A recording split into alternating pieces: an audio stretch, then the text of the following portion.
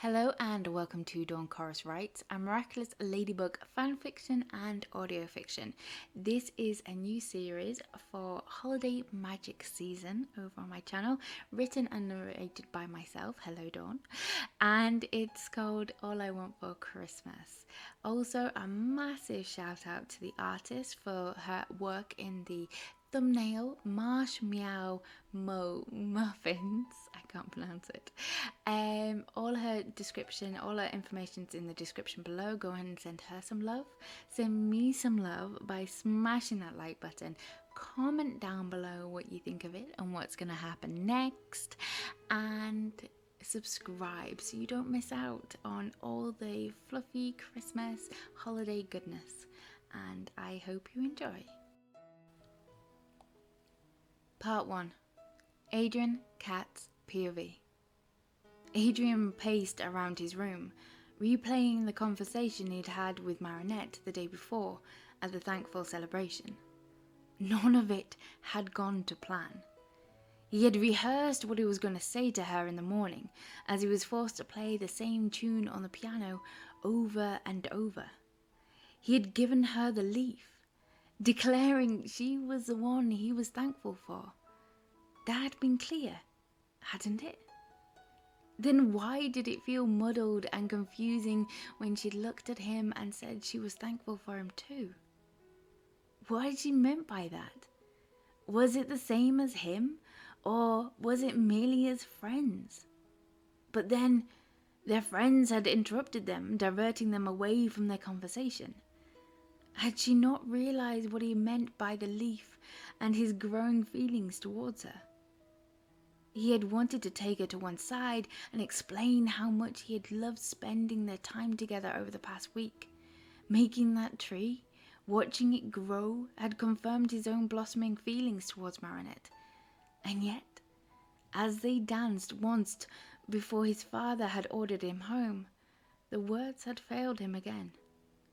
Lost in her blushes forming across her cheeks as he held her close, swaying to the music, like they had done twice before, knowing now how much this moment meant to him, and he never wanted to let her go. It was strange how different this felt. He would always love Ladybug, but recently he had realized he was no longer in love with her. He had placed his partner on this perfect pedestal, but in reality, he didn't know her, not when she kept him at arm's length. And yet, it had been easier than he thought it would have been to let her go, to focus on being her friend and her partner. The more he took a step back from Ladybug, the more he seemed to open up to the possibility of how he felt towards Marinette, and how his feelings towards his princess had crept up on him. But this past week, spending time with her unlike he had done with anyone else, to the point she had become comfortable with him, working together, and those moments his hands brushed against hers, or the sound of her laughter after he told a terrible joke, the excitement surged inside of him. But what if all she saw was a friend? She hadn't suggested any feelings towards him or picked up on him flirting with her during the afternoons. Kid, why don't you just ask Bakery Girl if she likes you and then tell her how you feel? Plag, it's not that simple. Adrien stared at the silver tree which now stood in his bedroom with bare branches except for a single leaf with Marinette's handwriting on it. Why do humans have to make everything so complicated? You like her, tell her. And what if she says no? Then I risk spoiling a special friendship. And what if she says yes, kid? But you don't know that unless you ask. Adrien could tell Plag was getting frustrated with his continued pacing across the room as well as in the conversation. Oh no, I know that look. If Cat asked her, then I would know without risking our friendship. Oh, make it more complicated than it needed to be. Plagg muttered to himself, throwing another chunk of cheese down his open mouth. In less than a month it'll be Christmas, and how amazing would it be if Marinette was my Christmas wish come true? How lucky he would be to have such a thoughtful, creative, amazing person want to be with him. If she returned his feelings, filling him with a warm sensation he'd never felt for anyone else. Not even Ladybug. Plagg swallowed 2 more mouthfuls of cheese, one straight after the other, and then flew in front of Adrien, waving his tiny arms back and forth to gain his attention. Go on then, say the words. Adrien chuckled as his little Kwame rolled his eyes at him. Plagg, close out. He jumped out of his room. The blissful sensation of the chill hitting your face after the warmth of being indoors helped to clear his thoughts. It was earlier than he would normally take to the rooftops, but now that the nights were drawing in, day by day producing less hours of daylight, he was managing to get out earlier. The stars barely broke through the clouds which had covered the streets in that rain sleet, 1 or 2 degrees too warm for it to be transformed into snow. He found the joy in his heart was emitted out of his legs, as his running had almost turned into a skip. Rounding the corner as he approached the bakery, the nerves started to bubble inside of him. It had only been 3 nights since he was last here, and felt the same temptation stir inside of him to spend that extra time with her. He had told himself off that night after leaving the message on the leaf, but it had been the closest he had gotten to express his feelings to her. Oh, how much he had meant every word. Marinette, for Kitty, had become a princess in her tower. She shone a light that was able to disperse these darkened times, creating magical moments which had helped to heal him when he had thought no one could have broken through his spiraling low moments. And yet, Cat wasn't allowed to express those feelings.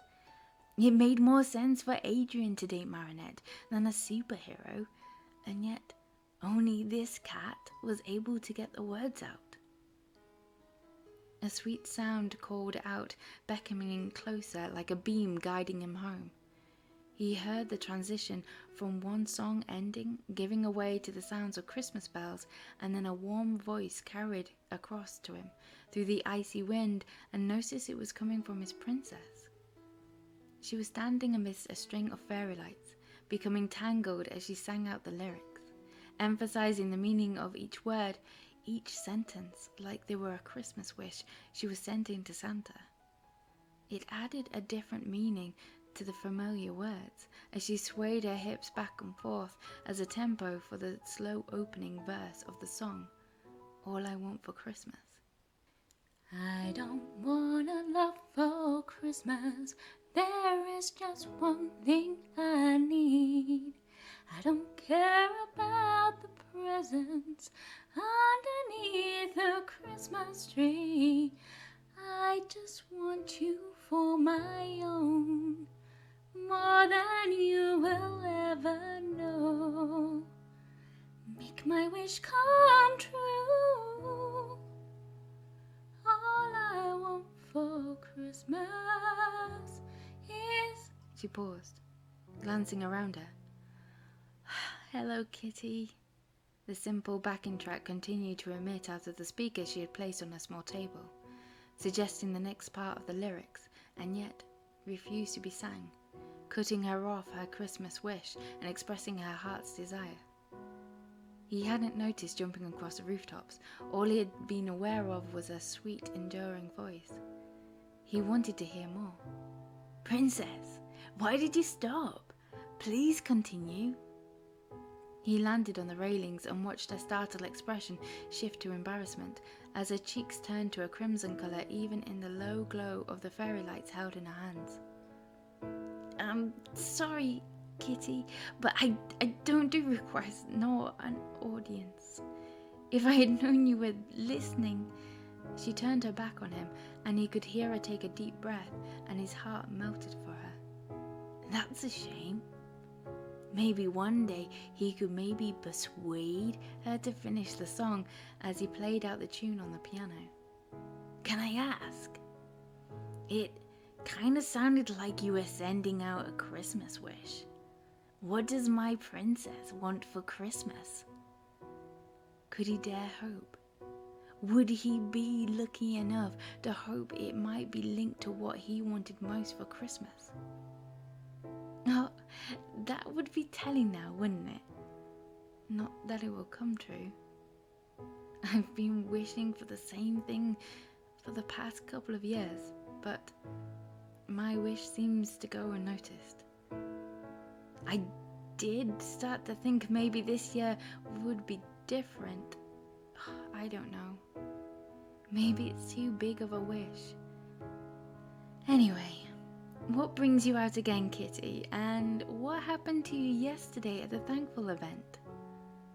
As she spoke those words, he wanted to wrap his arms around her, to utter words of love, as he turned the world upside down to make her Christmas wish come true. No matter the size of the wish, he wanted to tell her she was his. Taking a deep breath, clearing the thoughts he was worried were sketched across his face, he absent-mindedly rubbed the back of his neck. There hadn't been a safe way for him to transform into Cat and brush off the mountains of questions of why he would be there. Plus, he had been too distracted trying to speak to Marinette as Adrien, and to be honest, had forgotten about the half-promise he had made to her. Oh, I'm sorry. Something had come up and I couldn't get away. How did it go? It was really fun, and it was lovely to give back to our small community and say thank you. It seemed like people liked the tree I made with Adrien and expressed what they were thankful for. And what was it my princess was thankful for? And I'm sure you read mine after I left. He could feel his throat becoming tighter, squeezing out his words. I did, and thank you, Kitty, for your kind words. She leaned forward and pressed her hand onto his shoulder, giving it a light pat. I'm glad I've been able to help, but... She lowered her voice to barely a whisper. I told someone who is very dear to me that I am thankful for them. She removed her hand off him and began to fiddle with her fingers in a nervous manner. He wanted to ease her anxiety, to be able to tell her he felt the same as they took the next step. But Cat wasn't able to do any of that. Instead, he placed his hand over hers, stilling them. You told them you're thankful for them? That's a nice gesture. As a friend? What did they say? He knew he was stepping on thin ice, and at any moment it could break and reveal too much. She raised her eyes, searching his. He actually told me first, but... She stepped back, slipping her hand out of his, grabbing the lights once more, threading them around the railings. Oh, it's just confusing, that's all. Anyway, Christmas is less than a month away. Are you all set? His heart dropped like a stone in the ever-flowing river of his continual thoughts. What had she meant by it? He knew not to press further, not wanting her to feel uncomfortable, as she clearly wanted to change the subject. The next step he would have to make needed to be Adrien. Tomorrow. He helped to thread the lights around the curved metal. Not really. We don't really celebrate the holiday season in my house. She raised an eyebrow at him. Let me just say, my father would give Scrooge a run for his money. Cat shrugged his shoulder at the pity look he was now receiving off his princess. It is what it is. But when I'm with my friends, I start to get into the holiday spirit. That was why it was so nice to hear you sing that song. Oh, I love Christmas songs. They always put me in the mood, especially when decorating. The pity had disappeared and was now replaced with the largest grin. I'm not surprised with a voice as sweet as yours. I don't have any Christmas songs, but I would be happy to listen to you more. He took a step closer, wanting to reach out, to give her a gesture to show how dear she was to him. Oh, hush you, kitty. But wait, I have an idea. She dropped the remainder of the lights and opened her skylight and climbed inside, gesturing for him to follow her.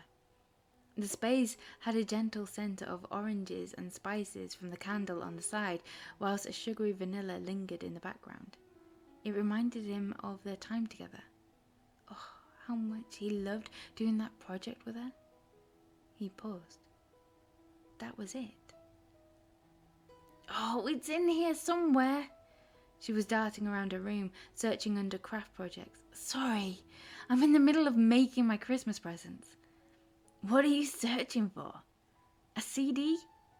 He helped her search, taking in the different types and colours of fabric, wondering what she was planning, hoping with all his heart that there might be a small gift in there for Adrien. You're so creative, princess.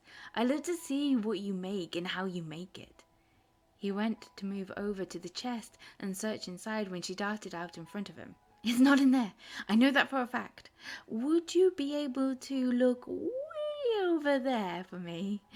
She gestured to the opposite side of the room, and he just laughed, nodding his head, and saw her let out a deep breath. What was she hiding? He picked up stray cuttings of fabric and magazine pages with images circled for inspiration, he guessed. But one sheet stood out. It had a feel of a photocopy than that shiny, thin magazine paper. Was this a new manga? And yet, it was unlike any comic he had seen before. The style, the symbols written down along the side of the picture, the look of the person was like a superhero drawing.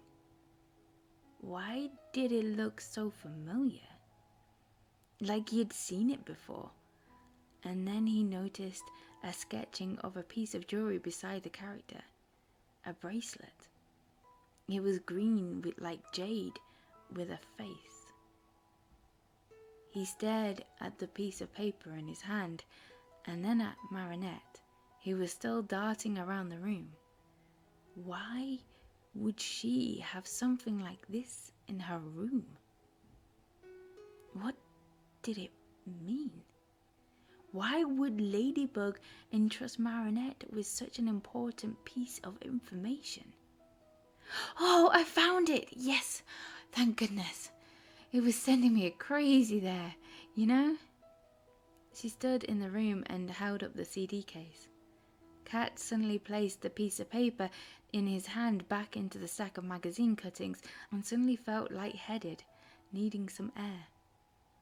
He turned back round and now found her sitting at the desk, writing something onto the CD case, and then stood up, handing it to him. Here, for you to get into the spirit when you don't have friends around. I have circled my favourite ones and... Kitty, are you alright? Yeah, just feeling tired, that's all. Thanks for the CD, princess. Marinette. He found himself staring at her, suddenly aware of tiny details he somehow had become blind to before. No, it wasn't possible. Could it? Okay, Kitty, take it easy, and I hope it helps. She went to stroke his arm, but he pulled back, darting towards the step and opened the window. He wanted to say something, to say thanks, to know for sure, to confess, but his mouth stuck together like he'd been eating peanut butter on crackers. Instead, all he could do was give her a half smile and a wave the CD as he took off. He needed to get back and have a much-needed conversation with Plague.